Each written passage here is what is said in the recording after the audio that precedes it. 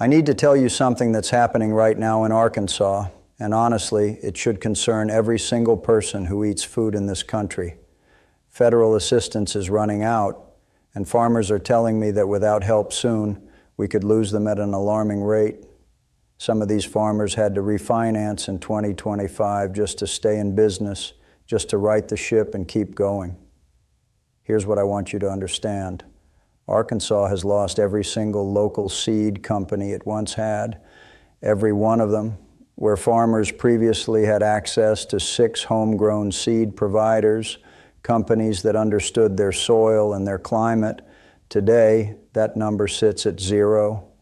Paul McKaylee with Southern Bancorp says agriculture contributes $16 billion annually to Arkansas's economy. Right now, Arkansas row croppers are projected to lose about $1 billion. Think about that for a second. Bayer and Pioneer now dictate every seed planted across the state. Just 2 corporations, that's it. They determine what gets grown on 42,000 Arkansas farms. But their control doesn't stop at seeds, and this is where it gets really troubling. These same giants also dictate which chemicals farmers are required to purchase, what software systems they must operate, and they harvest all the field data in the process. Let me give you an example. Take Adam Chappell, who works 2,400 acres in Woodruff County. He spent his entire life growing soybeans, rice, and corn. When his farming career began, 5 or 6 Arkansas seed companies were still operating. Today, not a single one remains independent. Bayer and Pioneer absorbed them all.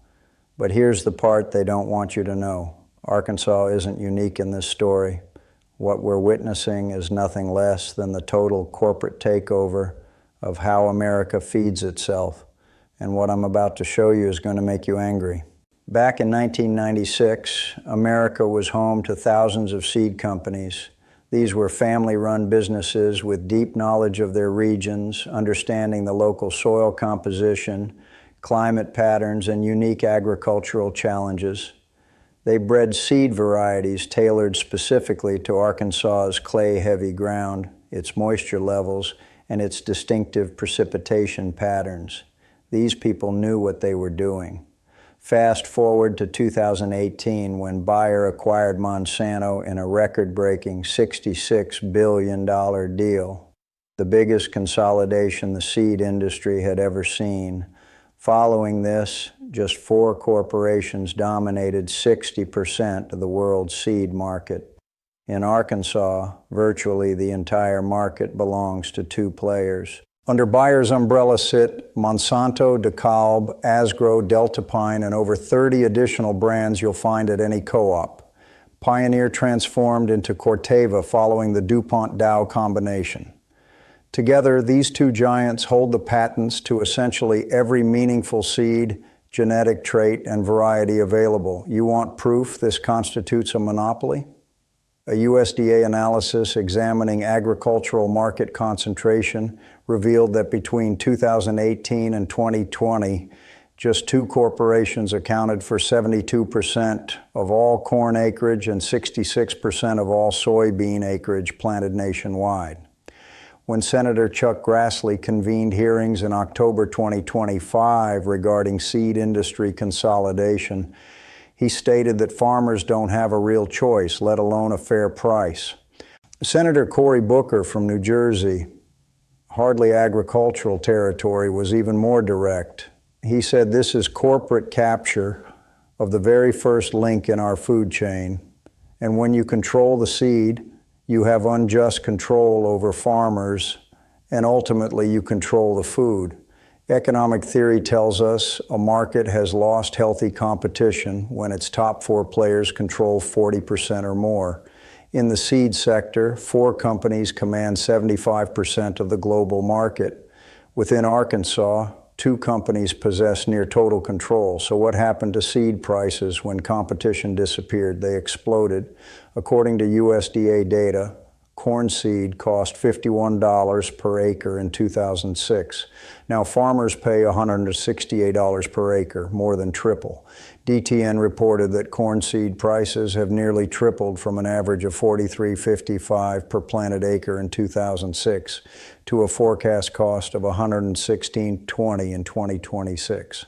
The price of soybean seed more than doubled, rising from $32.30 per unit in 2006 to $75.34 by 2026. Cotton seed saw a similar surge, climbing from roughly $50 per bag to $140. Rice seed experienced a dramatic increase as well, jumping from $18 per hundredweight up to $52. John Latham, president of Latham High-Tech Seeds, one of the few remaining independent seed companies in Iowa, testified at the Senate hearing that seed royalties now account for 70% of the cost of a seed bag, compared to 42% just 5 years ago. In his own words, picture running a business where technology fees keep climbing even after the patent expires. Seed costs rise regardless of whether commodity prices drop, and farmers are struggling financially. Think about that. The patents expire, meaning the technology should become cheaper and more accessible, but instead prices go up. That's not a free market. That's monopoly pricing. But here's where it gets really twisted. These companies designed seeds to work only with their chemicals. Bayer makes Roundup Ready seeds that are engineered to function exclusively with Bayer's Roundup herbicide. Purchase their seed, and you're obligated to buy their chemical products as well. It's a bundled system with no other options available. Senator Booker broke it down during the hearing. Seeds frequently undergo modification to withstand specific pesticides. Take Roundup Ready seeds as an example, created by Monsanto, which is now under Bayer's ownership. These were engineered to tolerate the herbicide Roundup, a product that Bayer also produces. The product allowed farmers to plant a crop and spray for weeds without harming the crop. It also meant that farmers bought both seeds and pesticides from the company. That's vertical integration on steroids. They control the seed, the chemical, and increasingly the equipment and software needed to plant. And here's the part that should terrify you. The seeds are genetically modified to die after one harvest. They call them terminator genes. Farmers cannot save seed from their harvest like their grandfathers did for 10,000 years. Every single year they have to go back to Bayer or Pioneer and pay whatever price gets demanded. Saving seed used to be standard practice for Arkansas farmers. The way it had always been done, you'd grow your crop, bring in the harvest, and set aside the highest quality seeds for the following season. Today, that's against the law. Monsanto brought lawsuits against more than 140 farmers for seed-saving practices and prevailed in every single case. These farmers ended up paying damages in the hundreds of thousands of dollars for following a tradition as old as farming itself. Percy Schmeiser in Canada was sued because Monsanto seeds blew onto his field from a neighbor's farm. He didn't plant them, the wind did. Monsanto won anyway. The Supreme Court of Canada said it doesn't matter how the seeds got there. If they're on your land, you owe Monsanto money. Vernon Bowman bought cheap soybeans from a grain elevator to plant. Monsanto sued him for patent infringement. The U.S. Supreme Court sided with Monsanto. Bowman owed $84,000 for planting seeds he bought legally at a grain elevator. Watch how fast Arkansas seed companies disappeared, companies that had served farmers for generations. Wilson Seeds in Holly, a family business since 1933 until Monsanto bought them in 2008. Dillon Seeds in Stuttgart specialized in rice varieties perfect for Arkansas conditions until DuPont bought them in 2011. Armor Seed Company in Fisher, a 4-generation operation that specialized in breeding seeds for Arkansas's unique soil conditions, operated independently until Bayer acquired them in 2015. Delta and Pineland Company was the biggest cottonseed company in the South. Monsanto bought them for $1.5 billion size. Every Arkansas company that knew Arkansas farming is gone. And these weren't failing businesses. These were successful companies, which is exactly why they got bought. The strategy is simple. Eliminate competition by purchasing it. Buy them out or sue them to death. Either way, the competition disappears. Bailey Buffalo, a farmer from Arkansas, laid out the economic reality. Fundamental economic principles show us that when the leading four competitors in an industry hold over 40% of market share, the potential for abuse increases significantly. Within the seed sector, four corporations command 75%, and it's not just seeds. Bayer doesn't just own seed companies, they own the chemical companies, the fertilizer companies, and the digital farming data companies. They control the entire chain from seed to harvest. Here's how complete their control is. Farmers have to use their technology packages, plant their seeds with their planters using their GPS systems, apply their chemicals, and store data on their servers. Miss one step and you void your warranty. Use someone else's product and you lose your rebates. Noah Kalpis, an Iowa farmer who testified at the Senate hearing, explained how the technology trap works. He said he's adopted technology like sophisticated tractor imaging systems that cut down on fertilizer and pesticide usage by precisely identifying which sections of a field require treatment. However, this same technology imposes usage fees on the portions of his fields where he doesn't deploy it, and those charges nearly cancel out the savings he gains from reduced inputs. Read that again.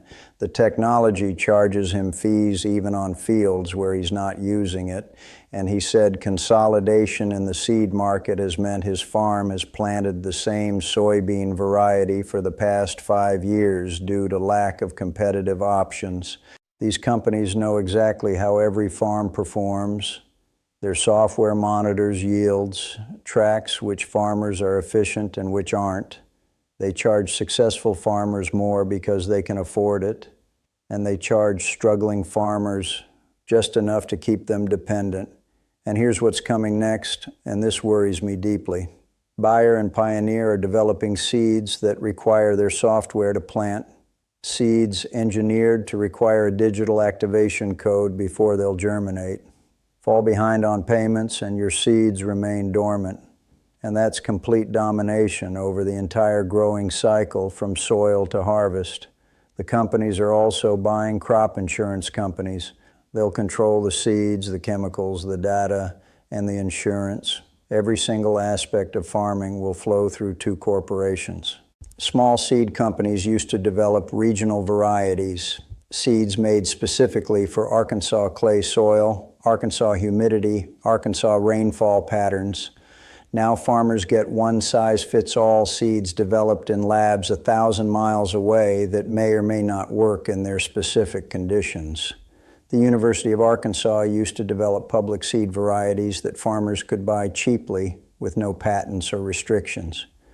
But public research funding got cut while private companies got stronger.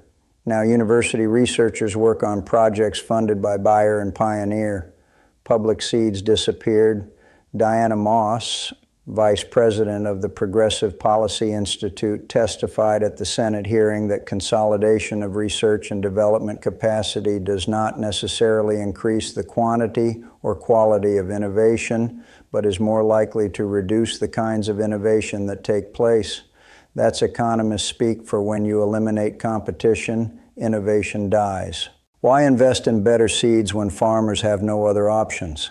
Arkansas farmers need 100 bushel soybeans to be profitable, but the average is 56 bushels. They need 300 bushel corn, but the average is 175. The seeds don't deliver what farmers need to survive, yet they're the only seeds available. In December 2025, Arkansas farmers are going under. Bankruptcies have hit record levels, with 1 in 3 farms potentially closing by spring, according to the Arkansas Agricultural Council. Meanwhile, the companies that control their seeds report record profits. Bayer made $4.2 billion in agricultural sales last quarter. Corteva Pioneer made $3.8 billion. Farmers go bankrupt while seed companies thrive. Two corporations possess all the seed genetics in Arkansas. Costs have tripled, innovation has stagnated. Farmers face zero alternatives. Young people can't enter farming when seed expenses exceed what they'd pay to lease land. Veteran farmers can't weather 3 straight years of financial losses. Family operations are vanishing, while these two companies accumulate more wealth. Arkansas had 6 seed companies when Adam Chappell started farming. Now there are 0, all owned by Bayer or Pioneer. That's corporate control of the food supply, killing Arkansas agriculture one farm at a time. The seed monopoly isn't approaching. It's already arrived, it's here. And it's dismantling American agriculture at this very moment. Control the seed and you control the food supply. And the seed is in the hands of 2 corporations. Leave a comment below. Are there still independent seed companies operating in your region, or has the monopoly swallowed up everything? And hit subscribe, because this consolidation is gaining momentum. Things are only going to get worse from here.